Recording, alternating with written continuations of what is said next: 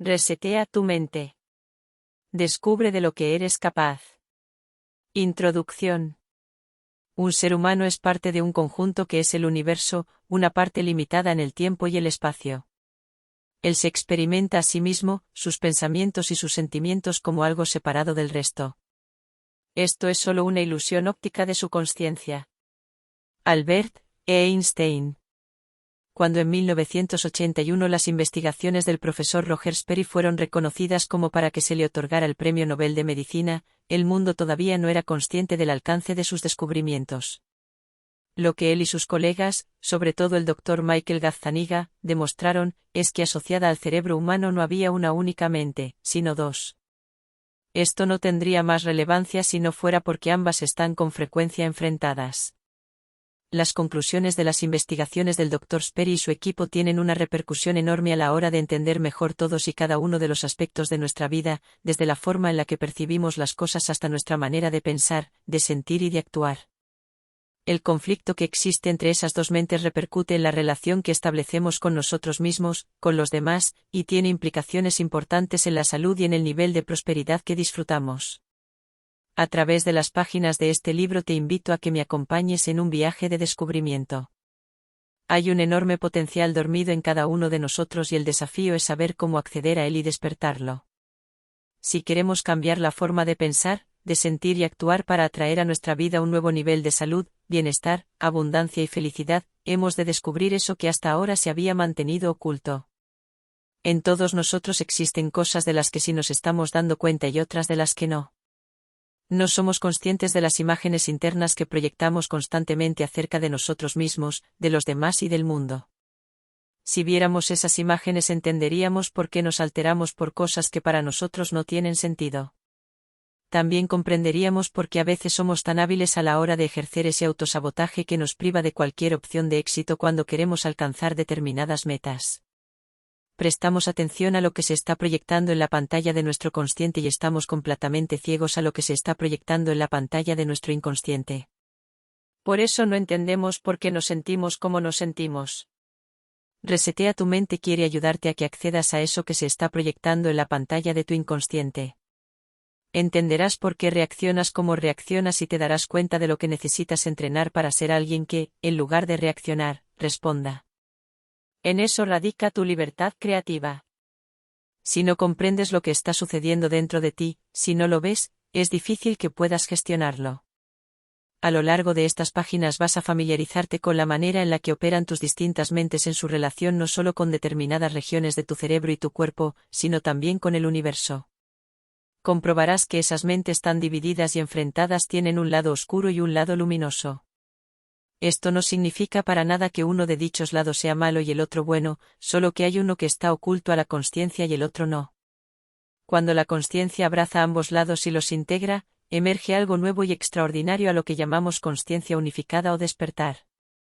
También verás que cuando no te sientes capaz de resolver un problema o de hacer frente con éxito a un desafío complejo, la verdadera explicación a lo que te pasa no la vas a encontrar en una supuesta falta de recursos, sino en el hecho de que estás en un estado mental en el que esos recursos que necesitas para tener éxito no los tienes en ese momento disponibles.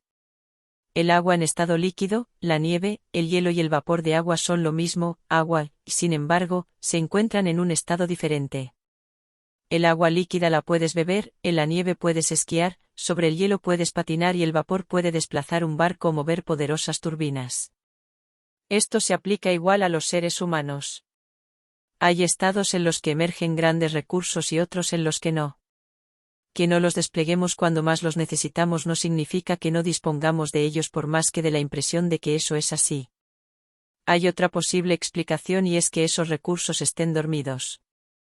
El camino para reclamar nuestro verdadero poder interior y vivir en libertad no es fácil, porque con frecuencia no queremos sentir nuestros sentimientos y, por eso, hemos desconectado de ellos deshumanizándonos. Pasar de un mundo conocido y familiar a uno que no lo es, y cambiar la mirada enjuiciadora por una contemplativa, es un gran reto. Dejar de querer controlar y abrirse a un dejarse hacer es, sin duda, exigente. Dejar atrás aquello que nos limitó en el pasado para que puedan hacer un presente y un futuro que no sean una simple proyección del pasado, va a pedir de nosotros un alto grado de valentía, determinación y compromiso. Quiero ofrecerte un ojo inteligente, para que veas con claridad lo que puede estar sucediendo sin que te estés dando cuenta. Elegí seguir el camino de la medicina hace ya medio siglo, y desde entonces he buscado formas de reducir el sufrimiento humano. Hoy padecemos pandemias, cambios climáticos severos, rivalidad entre naciones, desencuentros políticos y sociales, y creemos que son cosas que nos vienen de fuera y sobre las que no tenemos ninguna capacidad de control. ¿Y si esto no fuera así? ¿Y si no viéramos el mundo que es, sino el mundo que somos, el mundo que proyectamos? Si decidimos ser ese cambio que queremos que haya en el mundo, hemos de descubrir qué transformación es necesaria que suceda, tanto individual como colectiva. Para conseguirlo, podemos desarrollar el interés, la curiosidad y la audacia de dirigir nuestra mirada hacia ese interior que nos revele la verdad acerca de nosotros mismos. Sé que el recorrido que te animo a seguir no es fácil y por eso la pregunta que te invitaría a hacerte antes de emprender esta gesta de autodescubrimiento y reinvención, no es cuánto me va a costar, sino hasta dónde me puede llevar. Es mi ilusión que te lleve hasta donde puedes y mereces estar, un mundo de abundancia y felicidad. Dr. Mario Alonso Puig, Madrid, enero de 2021. 1. El cerebro humano y nuestros sistemas operativos. Comprender cómo funciona el cerebro humano tiene una extraordinaria importancia para entender la vida mental. En este sentido, hay investigaciones muy sofisticadas que empezaron en el siglo XIX, en la llamada Escuela de Viena y que nos desvelaron aspectos fundamentales sobre la importancia que juega el inconsciente en nuestras vidas. Siempre ha habido por otro lado un marcado interés en conocer cuáles eran las estructuras cerebrales sobre las que se sostenían determinadas funciones mentales, funciones tales como el pensamiento, el habla o las emociones. Ya el gran Theodor Meinert, en la Clínica Psiquiátrica de Viena, hacía autopsias para encontrar una correspondencia entre ciertas patologías mentales y algunas alteraciones cerebrales. La comprensión de que hay toda una vida mental de la que no somos en absoluto conscientes permitió que grandes científicos y médicos como Joseph Breuer y Sigmund Freud en Austria, Charcot en Francia, Carl Gustav Jung en Suiza o Milton Erickson en los Estados Unidos, descubrieran caminos apasionantes para contactar con ese mundo oculto y desconocido que era el inconsciente humano. El interés por un mundo inconsciente que está tomando siempre decisiones en nuestras vidas sin que nos percatemos de que las toma no ha parado de crecer. Poder entender de una forma sencilla y a la vez profunda cómo está organizado el cerebro y la manera en la que sus distintas estructuras recogen información, la procesan y deciden un curso de acción, nos va a permitir gestionar mejor la mente y, por consiguiente, también nuestra vida. Para ello, vamos a explorar los sistemas operativos que están afectando a lo que percibimos, a lo que pensamos y a lo que hacemos. Denominamos sistema operativo al software principal de un sistema informático. El sistema operativo gestiona los recursos del hardware, la estructura física del ordenador, y a su vez permite que otros programas puedan funcionar. El sistema operativo sería un metaprograma, es decir, un programa que soporta otros. El sistema operativo maneja, por tanto, todos los programas del ordenador. Hemos de distinguir en lo que a la mente humana concierne, no uno, sino 4 sistemas operativos que dan soporte a su vez a otros programas y que utilizan los recursos de los que disponemos los seres humanos. Cada uno de esos sistemas operativos tiene programas que recogen un tipo de información que es diferente según del que se trate. Cada uno da soporte a un programa que valora esa información de cierta manera y decide qué acciones quiere que se emprendan para conseguir unos determinados objetivos. A su vez, cada sistema operativo ha de dar soporte a otro programa que ejecute, que lleve a cabo la decisión tomada. Todos sabemos que la comparación de un ser humano con un ordenador puede no ser la más adecuada, y sin embargo, tendría sentido si tuviéramos en cuenta los siguientes elementos. El hardware en nosotros los seres humanos no solo sería el cerebro y el cuerpo, sino también el universo en su conjunto, tanto la parte material que se ha manifestado en el mundo de la forma, la materia, el tiempo y el espacio y la parte que no se ha manifestado y que, sin embargo, también existe aunque no la captemos con los 5 sentidos. El sistema operativo incluiría una serie de programas biológicos y mentales que estarían en una interacción constante con todo lo existente, se haya manifestado en la realidad física o se encuentre en una realidad no física. Los distintos sistemas operativos dan soporte a otros programas que, curiosamente, pueden no tener objetivos compartidos, haciendo que dichos programas rivalicen entre sí para alcanzar sus objetivos particulares. Aunque esto llega a sorprender, cuando lo estudiemos con un mayor detalle nos iremos dando cuenta de hasta qué punto la manera en la que funcionan los diferentes sistemas operativos explica de forma muy clara determinados aspectos de la conducta. El llegar a conocer y comprender cómo funcionan los sistemas operativos nos va a permitir tener la capacidad de intervenir para corregir algunas de las disfuncionalidades que ellos mismos generan. Los sistemas operativos de los que hablamos son inteligentes, y lo que buscan es generar en nosotros esa capacidad que es necesaria para llegar a adaptarnos de una manera adecuada a esa realidad exterior e interior con la que estamos en contacto. Para ello, estos sistemas han de utilizar una serie de sensores que les permitan captar información tanto del mundo exterior como de nuestro mundo interior. Además, cada uno de ellos ha de ser capaz de separar, de leer, de escoger entre toda la información que recibe, aquella que considera más relevante para llevar a cabo de forma adecuada sus funciones específicas.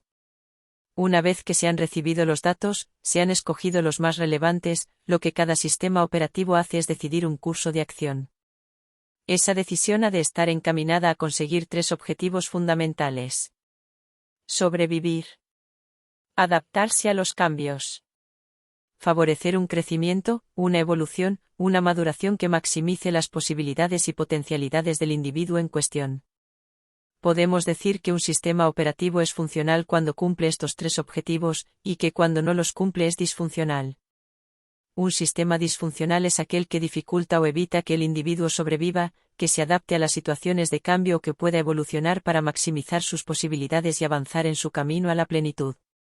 Si un sistema operativo no es capaz de captar una determinada información, de saber leerla y evaluarla correctamente, o si no favorece decisiones y conductas que faciliten la supervivencia, la adaptación o la evolución del individuo, entonces ese sistema operativo está fallando.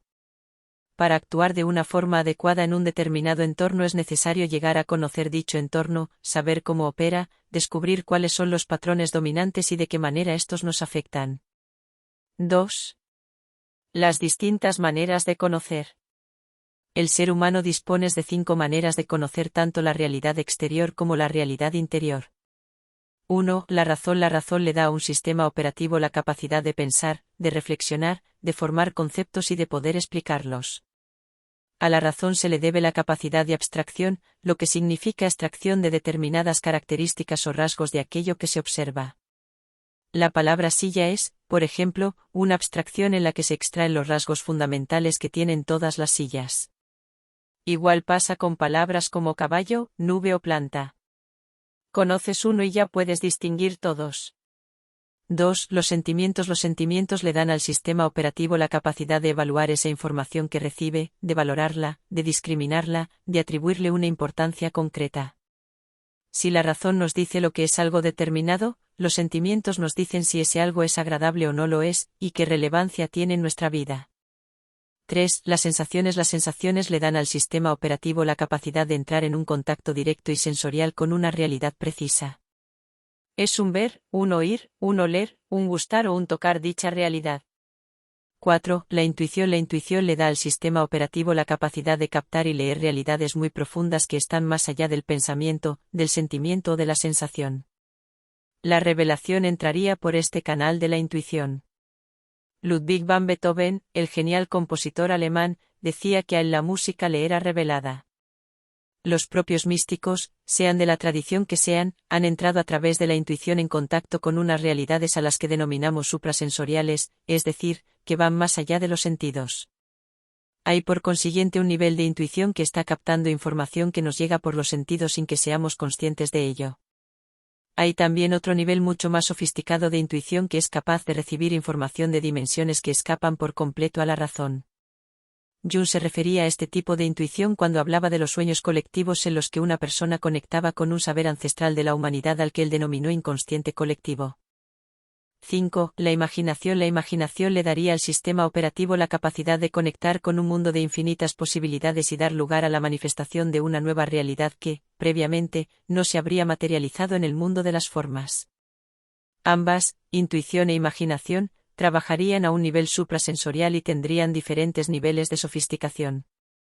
La imaginación tiene 2 niveles en su relación con la creatividad. El más básico de ellos consistiría en la creación de algo nuevo como, por ejemplo, una obra de pintura o un nuevo diseño arquitectónico. el otro nivel de la imaginación correspondería a la capacidad de manifestar en el mundo de la materia, de los sentidos y de las formas, algo que previamente estaba en un mundo energético más allá de la materia, del tiempo y del espacio. Es decir, la intuición captaría y la imaginación crearía, manifestaría. 3. Los sensores, esas antenas que nos conectan a todo y con todo. Existen 3 clases de sensores que los sistemas operativos poseen para evaluar la información del exterior. Órganos de los sentidos externos: vista, oído, gusto, tacto, olfato. Órganos de los sentidos internos: interocepción, captaría señales de las vísceras, los tejidos y las células, y propiocepción, captaría señales de los músculos, tendones, fascias y ligamentos. Órganos de captación suprasensorial que posiblemente reaccionan a diferentes tipos de frecuencias energéticas. Si bien esto pertenecería al mundo más esotérico, aclararían ciertos fenómenos que no se podrían explicar de otra manera. Entre esos fenómenos hablaríamos de las premoniciones.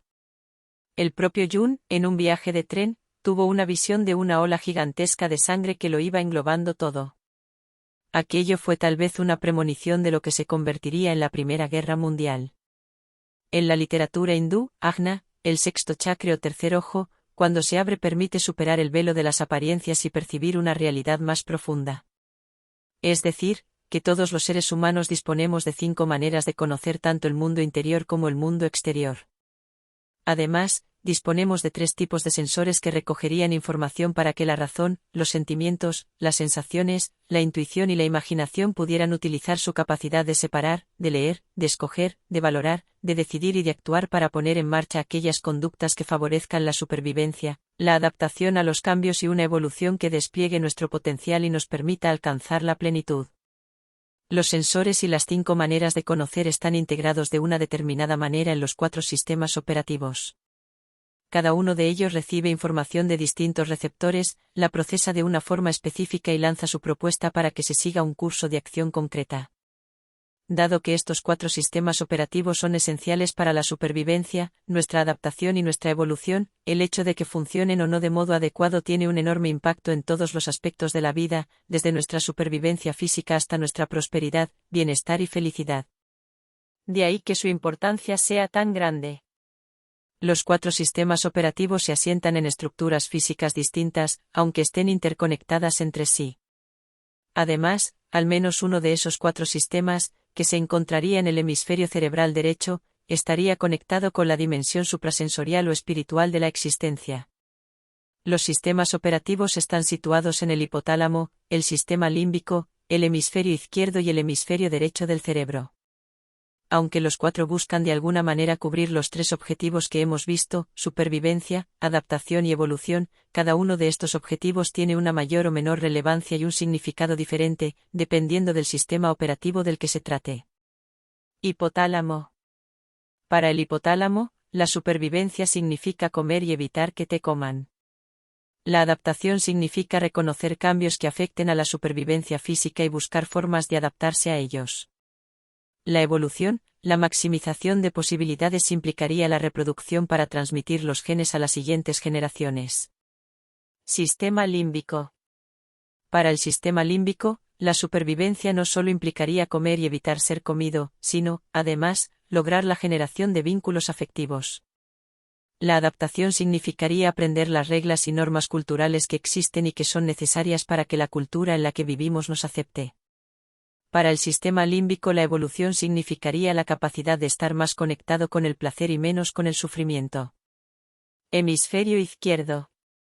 Para el hemisferio izquierdo la supervivencia implicaría la permanencia de nuestras ideas, de nuestro punto de vista, de nuestras creencias a lo largo del tiempo. La adaptación implicaría el conocimiento científico de lo que existe en una determinada realidad para describirlo, conceptualizarlo, saber bajo qué principios opera y poder así manipularlo, utilizarlo. Para el hemisferio izquierdo la evolución significaría utilizar la ciencia y la tecnología que de ella deriva para crear sociedades con un mayor grado de bienestar. Hemisferio derecho. Para el hemisferio derecho la supervivencia implicaría el reconocimiento de nuevos patrones en entornos que son cambiantes e inciertos. La adaptación significaría el desarrollo de la cooperación a base de empatía y voluntad de encuentro. La evolución significaría la superación de la dualidad y el encuentro con la dimensión más profunda de la existencia. En palabras del gran psicólogo norteamericano, Abraham Maslow, sería lo que él denominó la autorrealización. Los budistas hablarían del despertar y en el cristianismo se haría referencia al encuentro con Dios. 4. La importancia de saber. ¿Qué hacer en los momentos clave?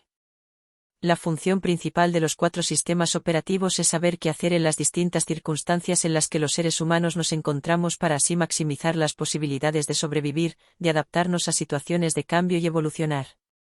En un árbol, por ejemplo, sus sistemas operativos tendrían que ser capaces de favorecer que éste no muriera, que se pudiera adaptar a diferentes características ambientales y que pudiera crecer hasta alcanzar su máximo desarrollo, su mayor grado de madurez. Lo mismo sucede en un ser humano, aunque con un nivel de sofisticación muchísimo mayor. Si alguno de los sistemas operativos no sabe lo que hay que hacer, entonces se pone en riesgo la supervivencia, la capacidad de adaptarnos a los cambios o nuestra evolución personal. Por eso, es esencial que los 4 sistemas operativos reciban la mayor cantidad de información que sea relevante y que, además, sepan procesarla, leerla y valorarla en su justa medida. También es fundamental que una vez procesada tomen la decisión más adecuada y pongan en marcha la acción más eficiente y eficaz para obtener el resultado buscado. Sabremos que la actuación de cada sistema operativo ha sido la adecuada si ha sabido qué hacer para protegernos de un peligro que atenta contra nuestra supervivencia. También habrá mostrado su eficiencia un sistema operativo si ha sabido qué hacer para que hayamos podido adaptarnos a una situación nueva y, finalmente, sabremos que un sistema operativo ha cumplido adecuadamente su función si ha sabido qué hacer para favorecer que crezcamos, que evolucionemos, que maduremos y florezcamos como seres humanos. Por todo ello, los sistemas operativos han de ser capaces de protegernos de los peligros y de descubrir las oportunidades. Solo si nos protegen de determinadas situaciones de peligro y aprovechan las oportunidades existentes, oportunidades que no siempre son obvias, vamos a tener más opciones de sobrevivir, adaptarnos y florecer. Cada sistema operativo ha de saber qué información buscar y cómo buscarla. También tiene que saber reconocer aquella que existe en su entorno y que ya está disponible si se presta suficiente atención.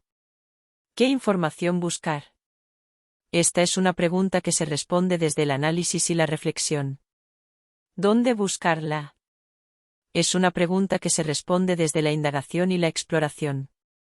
¿Qué información hay ya disponible en el entorno inmediato? Es una pregunta que se responde a través de la atenta observación. Un sistema operativo no está de entrada haciéndose esas 3 preguntas, es muy difícil que los sensores correspondientes capten ningún tipo de información que exista, sea relevante o no. Sabiendo que el ojo es uno de nuestros sensores, ¿cómo vamos a captar ninguna información visual relevante si lo tenemos cerrado o si simplemente estamos mirando donde no tenemos que mirar? Sí, por otra parte, el ojo está captando una determinada información, pero no se sabe leer, valorar, interpretar correctamente, entonces no será de poca utilidad disponer de tal información. Si el sensor capta la información, es adecuadamente leída, valorada e interpretada, pero no llega a los centros de decisión y de actuación, entonces no podrá ser aprovechada. Por eso, hay que considerar la existencia de una serie de obstáculos para que podamos sobrevivir, adaptarnos o florecer. Estos obstáculos de alguna manera están hackeando uno o varios sistemas operativos. Los sensores no están captando adecuadamente la información, bien porque no están activados, bien porque estando activados no están orientados en la dirección correcta. La información que llega no es valorada, interpretada de una manera correcta. Hay un alejamiento entre esa valoración, esa interpretación y lo que realmente representa.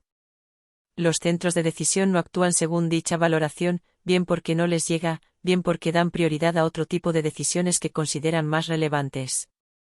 Los centros de ejecución no actúan sobre la decisión que se ha tomado, hay algo que interfiere entre el saber lo que hay que hacer y el llegar a hacerlo, o no actúan durante un tiempo lo suficientemente largo como para conseguir los resultados que se buscan.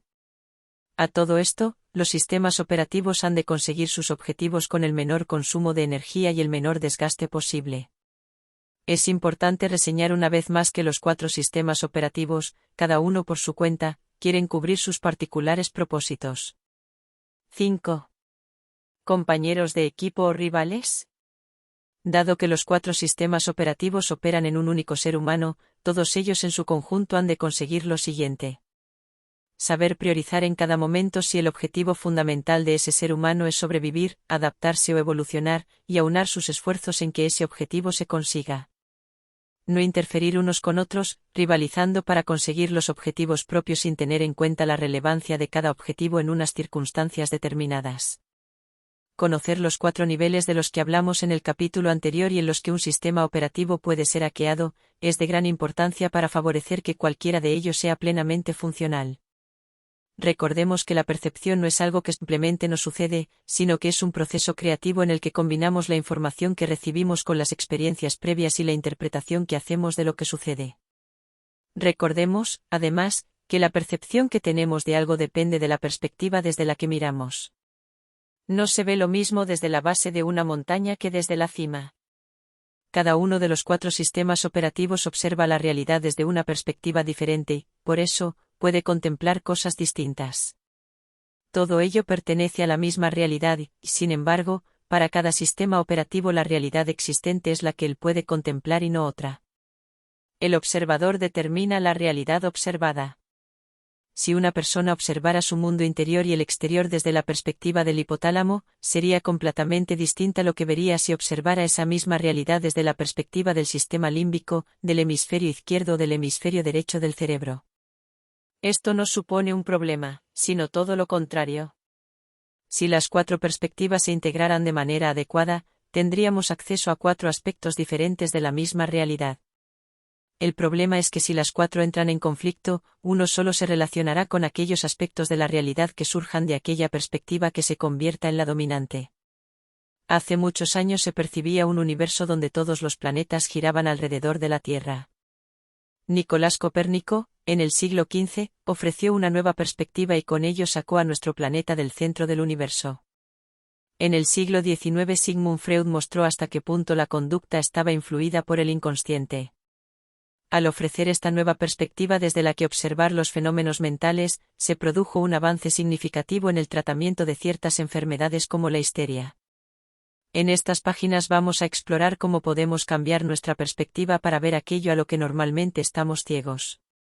Las mismas preguntas que nos hacemos pueden cambiar la perspectiva desde la que miramos y, por consiguiente, aquello que somos capaces de observar. Cuando los seres humanos conseguimos integrar las 4 perspectivas, podemos observar tanto aquellas realidades superficiales, y que están en el mundo de la materia, el tiempo y el espacio, como aquellas otras más profundas que están en el mundo de lo espiritual, lo infinito y eterno. Un ser humano que avance hacia su plenitud, hacia esa autorrealización de la que hablaba Maslow, es alguien que está poco a poco integrando los distintos modos de observar la realidad. Sin embargo, la división y el enfrentamiento de los sistemas operativos es con frecuencia la norma en nosotros, los seres humanos. Suele decirse que el ser humano utiliza un porcentaje muy pequeño de su cerebro. Esto no es así en todas las circunstancias, ya que para la realización de muchos tipos de actividades se requiere de la coordinación extensa de múltiples áreas del cerebro. Sin embargo, en lo que se refiere a funciones superiores del cerebro, el antagonismo entre los sistemas operativos puede hacer que el nivel de eficiencia que se consiga sea muy inferior al que se lograría si dichos sistemas operativos funcionaran de una forma integrada. Por eso, construimos defensas internas, para ocultar nuestras propias inconsistencias y racionalizamos, encontramos justificaciones para no tener que hacer frente a las propias contradicciones. Todos estos conflictos internos entre nuestros sistemas operativos evitan que podamos utilizar las distintas capacidades y recursos de cada uno de ellos a la hora de resolver los problemas. Si consideramos la forma tan diferente en la que operan 2 de nuestros sistemas operativos, el que se sustenta en el hemisferio cerebral izquierdo y el que lo hace en el hemisferio derecho, nos daremos cuenta de que el sistema operativo del hemisferio izquierdo solo puede valorar algo si conoce su opuesto. Por ejemplo, solo puede valorar la paz si conoce la guerra. Sin embargo, el hemisferio derecho sí puede disfrutar de la paz sin ser realmente consciente de su valor, porque no conoce lo que es la guerra. Mientras que el hemisferio izquierdo valora el tener, el derecho valora el ser. Mientras que el izquierdo tiene una marcada tendencia a buscar lo que falta de algo, lo que es defectuoso e incompleto y es el que pone los límites a nuestro potencial, el derecho ve la perfección de eso que ya somos. Podríamos decir que el sistema operativo del hemisferio izquierdo pone límites a nuestra naturaleza ilimitada. Es decir, nos acabamos acomodando a la propia incomodidad, porque tenemos la certeza de que es el mejor mundo posible. Hablo de un mundo centrado en el tener más seguridad, más conocimiento, más control, más poder, más estatus, más fortuna, más reconocimiento y más fama. Confunde el sistema operativo del hemisferio cerebral izquierdo el mundo del bienestar asociado al tener con el mundo de la felicidad asociado al ser. Para el sistema operativo del hemisferio izquierdo serán la utilización del miedo y el uso de la fuerza los que logren los mejores resultados. Para el derecho serán el amor y la armonía los que lo consigan. No podemos caer en la tentación de buscar cuál de los dos hemisferios tiene razón y cuál está equivocado. Si se integran las funciones de ambos, emerge una nueva realidad que no estaba presente en ninguna de las partes. Si para el sistema operativo del hemisferio izquierdo lo más relevante es el mundo del pensar y del conocer, para el derecho es el experimentar. No le interesa a este sistema el nombre de la cosa, sino la cosa misma, concreta y específica. No le interesa lo que significa o simboliza el concepto sofá, sino lo que se siente sentándose en uno determinado.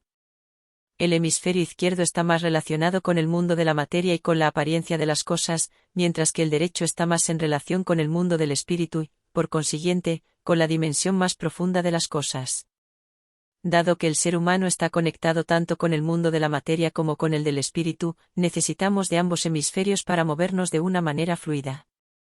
Si el hemisferio dominante es el izquierdo, tendremos cierto desinterés por las cosas del espíritu y nuestra perspectiva será en exceso materialista. Si el hemisferio derecho es el dominante, tendremos a desinteresarnos por las cosas de la materia y a buscar el alejamiento del mundo. Necesitamos seres humanos que integren ambos mundos y que sean capaces de vivir en el de la materia, pero con una perspectiva espiritual. Esto hará que lo elevado se pueda aterrizar y que la inspiración se convierta en practicidad.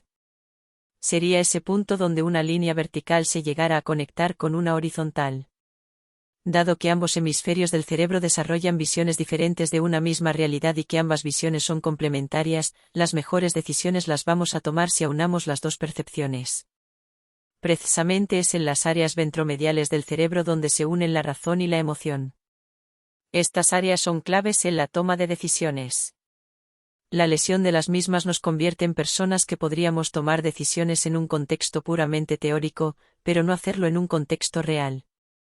El hemisferio izquierdo tiene autoconsciencia, esto es, puede tomar la suficiente distancia como para observarse a sí mismo. El hemisferio derecho no tiene autoconsciencia, no puede observarse a sí mismo y, por consiguiente, necesita al izquierdo para observarse. Esta autoobservación posee un gran poder transformador. Es cuando abandonamos el mundo conocido y familiar, centrado en la seguridad, el control, el estatus, la pertenencia al grupo y el reconocimiento, y pasamos a uno desconocido, cuando empezamos a sentirnos confusos, desnudos, vulnerables y perdidos. Por ello, en esos momentos hemos de encontrar algo que nos ayude a sentirnos confiados y seguros.